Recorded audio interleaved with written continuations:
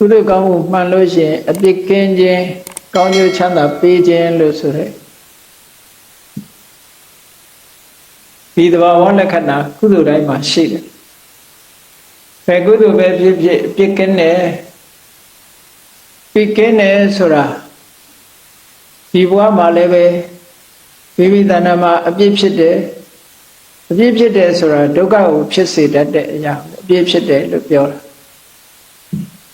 လောကလူတွေပြောကြတယ်ဒီလောကအပြစ်မကင်းဘူးအပြစ်မကင်းဘူးနဲ့အဲ့တော့တရားဥပဒေအရအပြစ်မကင်းတဲ့အလုပ်သဘာဝတရားအလျောက်အပြစ်မကင်းတဲ့အလုပ်လို့အပြစ်မကင်းဘူးဆိုတာနှမျိုးရှိတယ်ပေါ့နော်သဘာဝတရားအနေနဲ့အပြစ်မကင်းတဲ့အလုပ်ကတရားဥပဒေကဘာမှလူလုပ်ထားတဲ့တရားဥပဒေနဲ့အပြစ်ကင်းနေတော့လေသဘာဝအနေနဲ့အပြစ်မကင်းတဲ့အလုပ်ဆိုတာအကုသိုလ်အလုပ်တွေမှန်တယ်များသဘာဝအနေနဲ့အပြစ်မကင်းဘူးလို့ပြောဘာဖြစ်လို့အပြစ်မကင်းတာတော့လို့ဆိုလို့ရှိရင်သူ့ရဲ့သဘာဝကိုကမိမိတဏ္ဍာမှာအဲ့ဒီစိတ်ဓာတ်မျိုးအနေအထားမျိုးဖြစ်ပေါ်လာလို့ရှိရင်ဆင်းရဲဒုက္ခဆိုတဲ့အကျိုးကိုဖြစ်ပေါ်စေနိုင်လို့အပြစ်မကင်းဘူးလို့ဒီလိုပြောတာတရားဥပဒေနဲ့အပြစ်မကင်းဘူးဆိုတာကတော့ဥပဒေသတ်မှတ်ထားတာကိုကျွလွန်ဖောက်ဖျက်လို့တရားဥပဒေနဲ့အပြစ်မကင်းဘူးလို့ပြောဒီနှစ်ခုစလုံးဟာအပြစ်ဖြစ်လာပြီဆိုလို့ရှိရင်ထိုအပြစ်ရဲ့အကျိုးဆက်ကိုခံကြရတတ်တယ်ပေါ့အဲ့တော့သဘာဝတရားတွေမှာစိတ်ထဲမှာဖြစ်ပေါ်လာတဲ့စိတ်နေသဘောထားတွေဟာအပြစ်ကင်းတဲ့စိတ်နေသဘောထားရှိတယ်လို့အပြစ်မကင်းတဲ့စိတ်နေသဘောထားတွေရှိတယ်အဲ့ဒီအပြစ်မကင်းတဲ့စိတ်နေသဘောထားတွေကိုအကုသိုလ်လို့ပြောတာအဲ့ဒီအကုသိုလ်တွေဟာအဓိကအဖြစ်ဘာတွေလဲလို့ဆိုလို့ရှိရင်လောဘရဲ့ဒေါသရဲ့မောဟလောဘဆိုတဲ့အကုသိုလ်ကတော့လိုချင်တယ်မရခင်ကလိုချင်တယ်ရပြီလို့ရှိရင်တွေ့တာတဲ့သိမ့်ပိုက်တယ်ဆိုတာဒါလောဘရဲ့သဘောလောကလူတွေဟာလိုချင်မှုတော့ရှိကြတာပဲ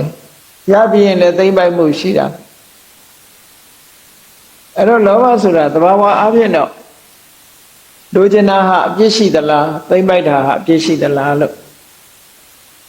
လူစဉ်းစားเสียလို့တမန်အပြင်တော့ကိုယ်မှာလောဘပုရုဇဉ်တွေလောဘဖြစ်တာတမန်အပြင်ကြည့်ရဆိုရင်ပြစ်မရှိဘူးလို့ပြောရမှာသို့တော့အပြစ်ရှိတယ်ဆိုတာဘယ်လိုဟာလဲလို့လောဘရှိပြီးတော့တွေ့တာမှုနဲ့သိမ့်ပိုက်ထားတဲ့အရာတစ်ခုပေါ်မှာတစ်စုံတစ်ခုဖြစ်သွားလို့ရှိရင်အဲ့ဒီပစ္စည်းပဲဖြစ်ဖြစ်လူပဲဖြစ်ဖြစ်တာယာစဉ်ရှိတဲ့အရာတစ်ခုဖြစ်သွားလို့ကိုမဖြစ်စေချင်တာဖြစ်သွားလို့ရှိရင်စိတ်ချမ်းသာမှုရသလားစိတ်ဆင်းရဲမှုရသလားဆိုတာစဉ်းစားကြည့်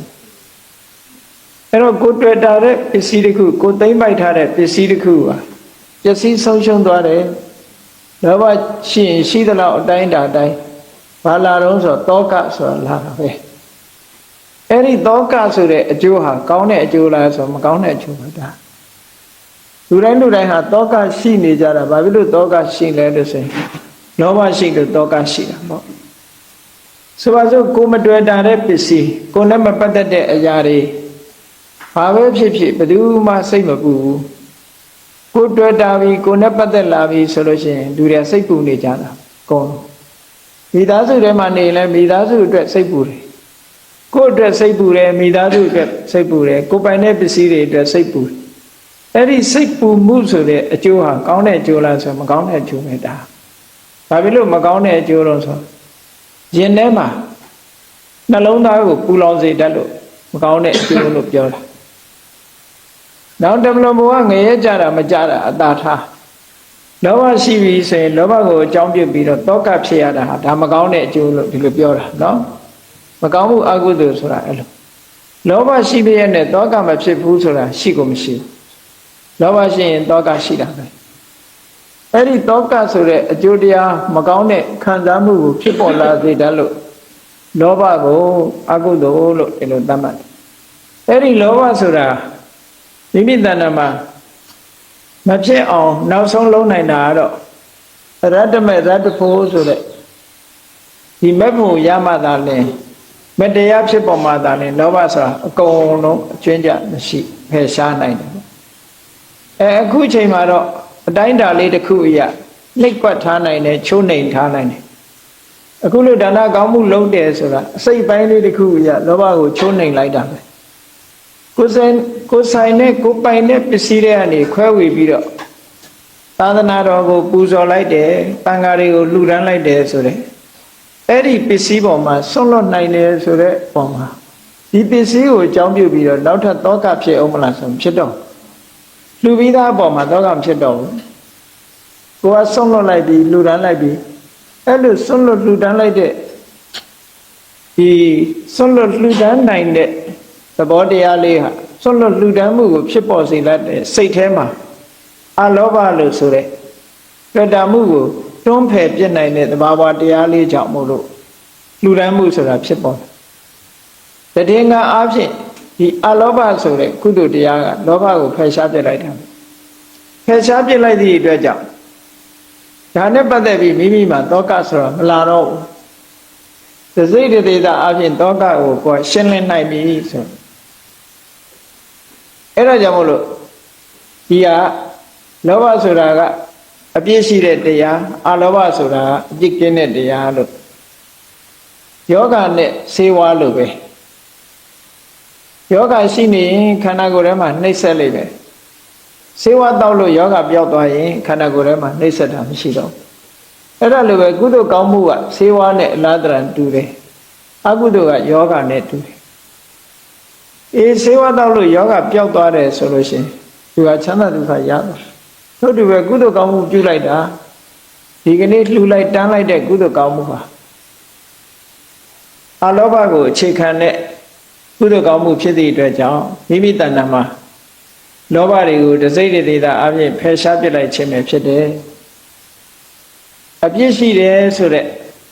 လောဘဆိုတဲ့အကုသိုလ်တရားမကောင်းတဲ့အကျိုးကိုဒီဘဝမှာလည်းထုတ်လုပ်တယ်နောက်ဘဝမှာလည်းထုတ်လုပ်တယ်ဆိုတဲ့ဒီအကုသိုလ်တရားကိုဖယ်ရှားပြစ်လိုက်နိုင်တယ်ဆိုတဲ့အကျိုးဟာနည်းတဲ့ကောင်းကျိုးချမ်းသာမဟုတ်ဘူးဟောဒီလောဘဆိုတဲ့တရားကိုမိမိတဏ္ဍာမှာမချိုးနိုင်ဘူးဆိုလို့ရှိရင်အ ਨੇ ဆုံးတောကကြီးတဲ့ပူလွန်ကဲလာတဲ့လောဘဖြစ်လာလို့ရှိရင်နောက်ဆုံးမှာကိုယ်ပစ္စည်းတွေမကဘူးသူများပစ္စည်းပါတွေ့တာလာတဲ့လောဘမျိုးတို့လောဘတွေကြီးလာပြီဆိုလို့ရှိရင်အမတမအန္တရာယ်များတဲ့အမှုတွေကိုဖြစ်ပေါ်လာစေတတ်တယ်ပေါ့ဒါကြောင့်မို့လို့ဒီလောဘဆိုတဲ့အကုသိုလ်တရားကိုဖယ်ရှားနိုင်ဖို့အခုဟာဒါနကောင်းမှုလုပ်တယ်ဆိုတာဖယ်ရှားနိုင်ဖို့ကြိုးစားအထောက်ခြင်းပဲဖြစ်တယ်ဒီသဘာဝနှစ်ခုဟာလောဘနဲ့အလောဘဆိုတဲ့ဒီသဘာဝနှစ်ခုဟာအတူရှင်တွဲပြီးတော့မဖြစ်ဘူးအလင်းနဲ့အမှောင်လိုပဲအလင်းရောက်ရင်အမှောင်ပြောက်တယ်အမှောင်ရှိနေရင်အလင်းမလာဘူးအဲ့ဒီသဘာဝတရားနှစ်ခုလိုပဲလောဘဆိုတဲ့သဘောတရားကိုသဘာဝတရားကိုအလောဘဆိုတဲ့သဘာဝတရားနဲ့ဖယ်ရှားပြစ်လိုက်တာဒါကြောင့်မို့တို့ဒီကနေ့ဒါနကောင်းမှုလုပ်တယ်ဆိုတာအလောဘဆိုတဲ့ကုသိုလ်တရားအပြစ်ကင်းပြီးတော့ကောင်းကျိုးချမ်းသာကိုဖြစ်ပွားစေတဲ့ကုသိုလ်တရားတို့တဏ္ဍာမှာဖြစ်ပွားစေရပြီလောဘဆိုတဲ့ကုသိုလ်တရားကိုလည်းတို့ဖယ်ရှားနိုင်လိုက်ပြီလို့စိတ်ထဲမှာဝမ်းသာကြည်နူးမှုဖြစ်ရအခုလို့ရလိုက်တဲ့ကုသိုလ်ကောင်းမှုဟာခိုင်မာတဲ့အနေအထားတစ်ခုရလောကီပစ္စည်းတစ်ခုကိုရတာမခိုင်မာဘူးမခိုင်မာဘူးဆိုတာဒီပစ္စည်းကိုယ်တိုင်ကိုယ်ကလည်းပဲအနိစ္စသဘောတရားမို့ယူရင်းပစ္စည်းသွားနိုင်တယ်သို့မဟုတ်ပစ္စည်းတစ်ခုဟာအမြဲတမ်းအဖြတ်မီးနဲ့လည်းသက်ဆိုင်နေတယ်အဖြတ်ရည်နဲ့လည်းသက်ဆိုင်နေတယ်မင်းဆိုးရာဇာတွေနဲ့လည်းသက်ဆိုင်တယ်သခိုးဓမြတွေနဲ့လည်းသက်ဆိုင်တယ်နောက်ဆုံးမှာအမွေခံသားသမီးတွေနဲ့လည်းသက်ဆိုင်ယန္တိမျိုး၅ပါးလို့ပြောတာပေါ့ပစ္စည်းရဲ့ယန္တိမျိုး၅ပါးပစ္စည်းကဒီ၅မျိုးနဲ့တစ်မျိုးမျိုးနဲ့ကုန်ခန်းပျက်စီးသွားတတ်တယ်လို့နောက်ဆုံးကြတော့ကိုကတော့လည်းပစ္စည်းကိုစွန့်ထားခဲ့ရတယ်သို့မဟုတ်ပစ္စည်းကတော့လည်းကိုယ်ကိုစွန့်သွားတယ်ဆိုလေအဲ့ဒီလောကီပစ္စည်းဆိုတာ ဘယ်သူမှထာဝရပိုင်တယ်လို့မရှိဘူးတစ်လက်ကနေတစ်လက်ပြောင်းနေတာပိုင်ဆိုင်မှုဆိုတာ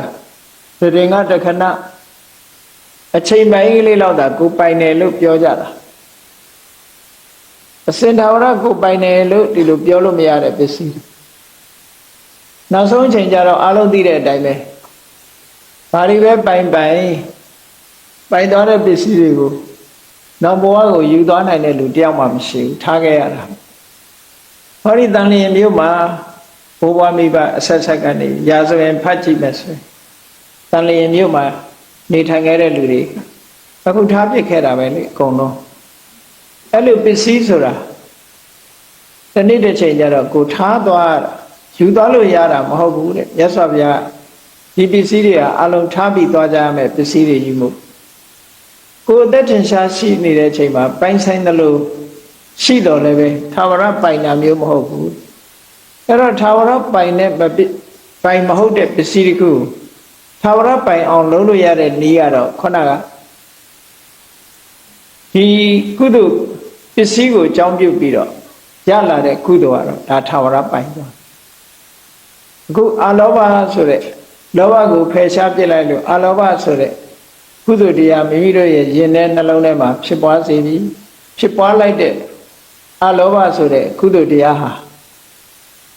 သဘာဝအလျောက်ဖြစ်ပြီးပြတ်သွားတယ်လို့ဆိုပေမဲ့လို့သူ့ရဲ့စွမ်းရည်တတ္တိတွေအရှိန်အဝါတွေကပျောက်ပြဲပြက်ပြဲပြီးတော့မသွားဘူးလူရဲ့စိတ်အစဉ်ဆိုတာပြတ်သွားတာမဟုတ်ဘူးစိတ်အစဉ်ဟာစိတ်တစ်ခုဖြစ်ပြီးရင်အဲ့ဒီစိတ်ချုပ်သွားရင်နောက်စိတ်တစ်ခုထပ်ပေါ်တယ်အဲ့ဒီစိတ်ကဖြစ်ပြီးပြတ်သွားရင်နောက်စိတ်တစ်ခုပေါ်တယ်စင်ဆက်မပြတ်စိတ်အစဉ်ဟာဖြစ်ပြီးပြတ်နေတယ်ဖြစ်ပြတ်အစဉ်ကြီးပဲအဲ့ဒီအစဉ်ကြီးကဘယ်ထိအောင်သွားတော့ဆိုနိဗ္ဗာန်ရသည့်ထိအောင်သွားနေအဲ့တော့ဒီကြားထဲမှာရိုးရာအပြင်ရပ်တန့်သွားတယ်လို့မရှိဘူးရပ်တန့်သွားတာမရှိတော့ဒီကိုလုတ်ခဲ့တဲ့ကုသိုလ်ကောင်းမှုဟာဒီစိတ်အစဉ်ထဲမှာ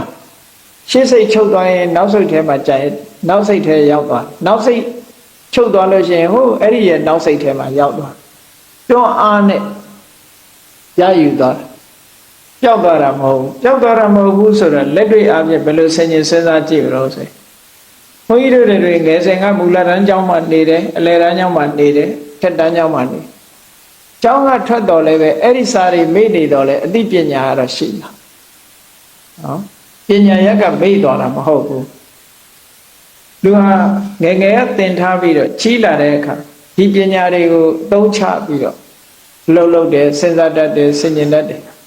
ပျောက်ပြက်သွားတာမဟုတ်ဘူးငယ်တော့အကြောင်းအရာတွေပြန်စဉ်းစားရင်ပေါ်လာတာဒါပျောက်သွားတာမဟုတ်ဘူးဆိုတာထင်ရှားတယ်ပေါ့အဲ့ဒါမျိုးလို့ပဲကုသိုလ်ကောင်းမှုလုပ်ထားလို့ရှိရင်ကိုယ့်ရဲ့ရင်ထဲနှလုံးထဲမှာစိတ်အစဉ်ထဲမှာရှိနေသည့်အတွက်ကြောင့်ပျောက်ပြက်ပြီးတော့သွားတာမဟုတ်ဘူးစွမ်းရည်တတ္တိတွေအနေနဲ့ကျင့်တဲ့အဲ့ဒီတတ္တိတွေကိုပဋ္ဌာန်း24ပစ္စည်းမှာမြတ်စွာဘုရားက24ပါးသောတတ္တိတွေနဲ့ဟောပြပြီးတော့ထားအဲ့ဒီ24မျိုးသောတတ္တိတွေရဲ့စွမ်းအားဆိုင်ရာစွမ်းအားတွေစိတ်အစဉ်ထဲမှာဒီလိုဖြစ်ပေါ်ပြီးတော့နေတယ်ဆိုပါစို့ဒီနေ့ဖြစ်ပေါ်လာတဲ့အလောဘဆိုတဲ့ကုသိုလ်တရားသူအလောဘနဲ့ရှင်တွဲလာတဲ့တွန်းအားဖြစ်တဲ့စေရနာတရားအဲ့ဒီစေရနာစွမ်းအားကိုအလောဘနဲ့တွဲလာတဲ့စေရနာစွမ်းအားကိုကမ္မပစ္စယောလို့မြတ်စွာဘုရားဟောတယ်အဲ့ဒီကမ္မပစ္စယောဟာနာနခဏိကံကုသလကမ္မဝိပါကတခန္ဓတဝိပါကနံခန္ဓနံကတ္တသရူပနံကမ္မပစ္စေနပစ္စယောဖြစ်ပေါ်လာတဲ့ဒီအလောဘဆိုတဲ့ရှင်တွဲလာတဲ့အလောဘနဲ့ရှင်တွဲလာတဲ့စေရနာအဲ့ဒီစေရနာတရားဟာကမ္မလို့ခေါ်တဲ့စွမ်းရည်တတ္တိတစ်ခုရထားပြီးဖြစ်ပေါ်နေတဲ့အချိန်ကယခုအချိန်နောက်အကျိုးပေးတဲ့အချိန်ကတခြားအချိန်ဒါကြောင့်မို့လို့နာနာခဏိကလို့ပြောနာနာခဏိကဆိုဖြစ်ပေါ်တဲ့ခဏနဲ့အကျိုးပေးတဲ့ခဏမတူဘူးပွဲပြခြားနာမှုရှိတယ်ဒီဘဝမှာလှုပ်ထားတဲ့ကံတရားဒီဘဝမှာဖြစ်ပေါ်လာတဲ့ကံတရားဟာ နောက်အကြောင်းညင်ကျွတ်တဲ့ဘဝတစ်ခုမှာဒီကတရားကအကျိုးကိုထုတ်လုပ်တယ်ဒါမို့နာနခဏိကစေတနာမတူညီတဲ့ခဏမှာဖြစ်တဲ့စေတနာဆိုတဲ့ကံတရားတွေနာနခဏိကစေတနာနာနခဏိကကုသလစေတနာဝိပါကနံခန္ဓာနံကတ္တတ္တသဥပနံကာမပစ္စေနပစ္စေဟောကာမပစ္စေကုသိုလ်စေတနာပဲဖြစ်ဖြစ်အကုသိုလ်စေတနာပဲဖြစ်ဖြစ်ဖြစ်လာတဲ့ခဏကတစ်ခုဖြစ်ပေါ်လာတဲ့အချိန်ပိုင်းလေးကတစ်ခုအကျိုးပေးတဲ့အချိန်ပိုင်းကတစ်ခုမတူညီတဲ့ခဏသူ့ရဲ့ဆိုင်ရာအကျိုးကိုဖြစ်ပေါ်စေတယ်လို့မြတ်စွာဘုရားကာမပစ္စယောမှာဟောတာဒါကြောင့်မို့လို့မိမိတို့ရဲ့ရင်ထဲနှလုံးထဲမှာတစ်ချိန်တစ်ခါပင်ဖြစ်စီဖြစ်သွားတဲ့ဒီအလောဘဆိုတဲ့ကုသိုလ်စေတနာလေးဟာအကျိုးတရားကိုထုတ်လုပ်ပြီးတော့လာမှာပဲကောင်းကျိုးချမ်းသာတွေကိုပေးစွမ်းလာတယ်ဘုန်းကြီးတို့တွေဒီလူဘဝကိုရလာတယ်လို့ဆိုတာဟာတာမန်ကုသိုလ်နဲ့တာမန်ကံနဲ့ရတာမဟုတ်ပါအတိတ်ဘဝတစ်ခုကအခုလိုပဲကုသိုလ်ကောင်းမှုလုပ်ခဲ့အဲ့ဒီကုသိုလ်စိတ်တွေဖြစ်ခဲ့တယ်အဲ့ဒီဖြစ်ခဲ့တဲ့ကုသိုလ်စေတနာတွေကနေပြီးတော့ထုတ်လုပ်လိုက်လို့လူဘဝမှာရောက်လာကြအဲ့တော့ရောက်လာတဲ့အခါမှာလူဆိုတဲ့အနေအချင်းတော့တူတယ်ဆိုတော့လေကွဲပြားခြားနားမှုတွေရှိတယ်ဘယ်လိုကွဲပြားခြားနားမှုတွေရှိတော့ဆိုလူဖြစ်လာပြီမဲ့လို့ပညာရှိတဲ့လူရှိတယ်ပညာနည်းတဲ့လူရှိတယ်ဆိုတော့အသိဉာဏ်ကျွယ်ဝတဲ့ပုဂ္ဂိုလ်ရှိတယ်အသိဉာဏ်မရှိတဲ့ပုဂ္ဂိုလ်ရှိတယ်နောက်ချမ်းသာတဲ့ပုဂ္ဂိုလ်ရှိတယ်ဆင်းရဲတဲ့ပုဂ္ဂိုလ်ရှိတယ်အဲချမ်းသာဆင်းရဲဆိုတဲ့နေရာမှာမွေးကြတဲ့ကချမ်းသာတဲ့မိဘအိမ်ဖြစ်တာဆင်းရဲတဲ့မိဘအိမ်ဖြစ်တယ်နောက်အသက်ရှိတဲ့ပုဂ္ဂိုလ်ရှိတယ်အသက်တိုတဲ့ပုဂ္ဂိုလ်ရှိတယ်ရုပ်ဆင်းလှပတဲ့ပုဂ္ဂိုလ်ရှိတယ်ရုပ်ဆင်းရုပ်ဆိုးကြည်တတ်တဲ့ပုဂ္ဂိုလ်ရှိတယ်ဟောအဲ့လိုအနေထားတွေကွဲပြားခြားနားမှုတွေရှိနေတယ်ဆိုတာဘာကြောင့်ရှိရတာလဲလို့မေးလို့ရှင်ကိုလုပ်ခဲ့တဲ့ကုသိုလ်ကောင်းမှုရဲ့မတူညီတဲ့အကျိုးစီမတူညီတာလေးပေါ့အဲ့ဒီမတူညီမှုတွေကလူတွေရဲ့အခြေအနေတစ်ခုကိုလည်းမတူညီအောင်ဖန်တီးပြီးတော့ပြီးဒါမတူညီတဲ့အကြောင်းတရားကမတူညီတဲ့အကျိုးတရားကိုပေးတယ်ဆိုတာအမှန်တမ်းသဘာဝကြမဟုတ်လို့ရှိရင်တူတူပဲလို့သတ်မှတ်လိုက်လို့ရှိရင်ဘာလို့ဒါပဲဖြစ်တယ်ပုံလေးကကြက်ကြီးဆိုလို့ရှိရင်ဒါနတိငါချက်နမငါချက်လို့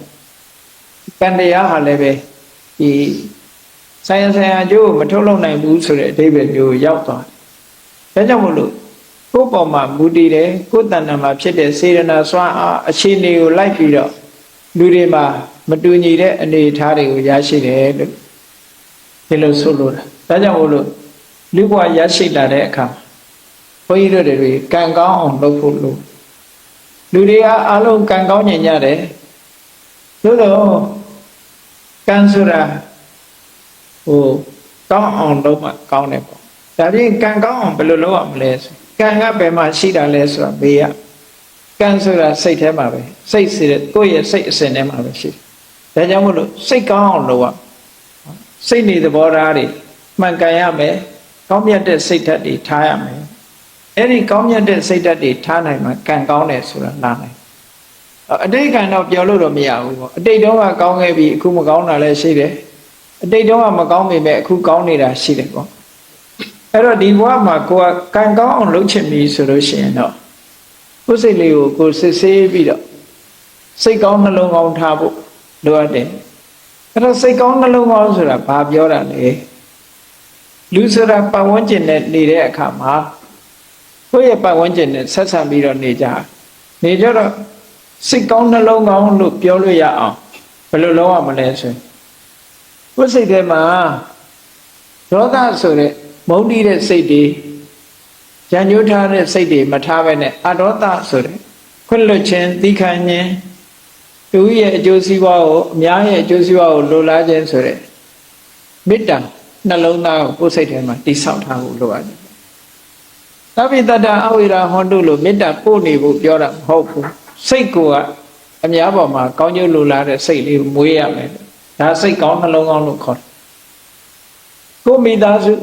အချိန်တွေကောင်းစေခြင်းတယ်လို့ပတ်ဝန်းကျင်ဘယ်သူပဲဖြစ်ဖြစ်အလုံးကိုအချိန်တွေကောင်းစေခြင်းအလုံးကြီးပွားကြပါစေချမ်းသာကြပါစေဆိုတဲ့စိတ်ရှိတယ်ဘယ်သူမှပျက်စီးပါစေဆိုတဲ့စိတ်မျိုးမထားဘူးဆိုဒါစိတ်ကောင်းနှလုံးကောင်းလို့ခေါ်နောက်တစ်ခုကကိုလူတွေရဲ့အတိုင်းဝိုင်းထဲမှာအစင်မပြေလို့ဒုက္ခရောက်နေတဲ့ပုံကိုယ်တွေရှိတယ်အဲ့ဒီအစင်မပြေလို့ဒုက္ခရောက်နေတဲ့ပုံကိုယ်တွေကိုကိုယ်စိတ်ထဲမှာအစင်ပြေကြပါစေဆင်းရဲဒုက္ခလွတ်မြောက်ကြပါစေလို့ဒီလိုထားလို့ရှိရင်ဒါစိတ်ကောင်းနှလုံးကောင်းလို့ခေါ်တာနောက်ကိုယ်တိုင်းဝိုင်းထဲမှာအစင်ပြေပြီးတော့ကြီးပွားတိုးတက်နေတဲ့ပုံကိုယ်တွေရှိတယ်အဲ့ဒီကြီးပွားတိုးတက်နေတဲ့ပုံကိုယ်တွေ